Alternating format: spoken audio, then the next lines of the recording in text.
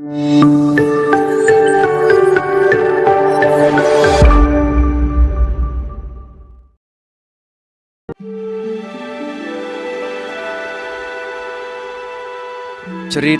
dimulai di era 3 kerajaan, di mana Tiongkok terbagi menjadi 3 kerajaan yang saling berperang: Wei, Shu, dan Wu.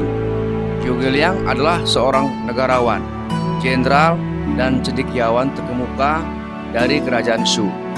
Dia terkenal karena kecerdasannya, kepemimpinannya yang bijaksana, dan kemampuannya dalam strategi militer. Pada suatu hari, Liu Bei, pemimpin kerajaan Shu, datang menemui Zhuge Liang dengan rasa putus asa.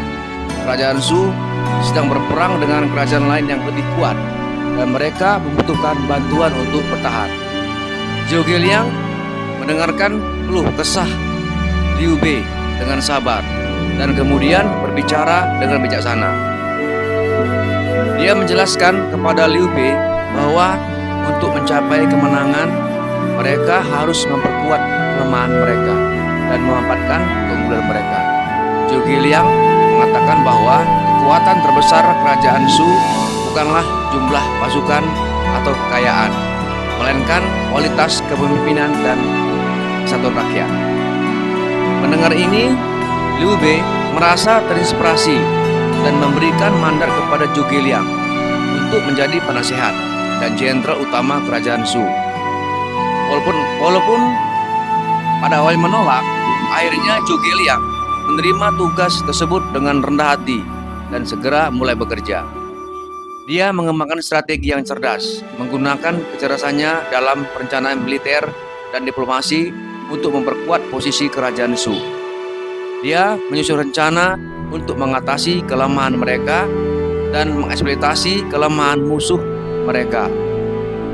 Zhuge Liang juga bekerja keras untuk membangun kepercayaan dan solidaritas di antara rakyat kerajaan Shu. Selama perang berkecamuk, Zhuge Liang terkenal dengan kipas penyapu angin. Ketika dia sedang memimpin pasukan di medan perang, dia akan duduk tenang di tengah-tengah kekacauan dan mengibaskan kipasnya. Saat itu musuh akan memperhatikan gerakan kipasnya dan percaya bahwa Zhuge Liang sedang mempersiapkan strategi yang brilian. Hal ini menciptakan rasa takut dan kebingungan di pihak musuh yang menguntungkan kerajaan Shu. Dalam perjalanan hidupnya, Zhuge Liang juga terkenal karena integritasnya yang tinggi. Dia selalu mengutamakan kepentingan negara dan rakyat di atas kepentingan pribadinya sendiri. Dia menolak tawaran kekuasaan dan kekayaan lebih besar dari kerajaan lain dan tetap setia pada Liu Bei dan kerajaan Shu sampai akhir hayatnya. Cerita Zhuge Liang mengajarkan kita beberapa nilai penting. Pertama, dia menunjukkan pentingnya kecerdasan, kebijaksanaan, dan strategi dalam mencapai tujuan. Kedua, dia menunjukkan pentingnya integritas dan kesetiaan pada prinsip-prinsip yang benar.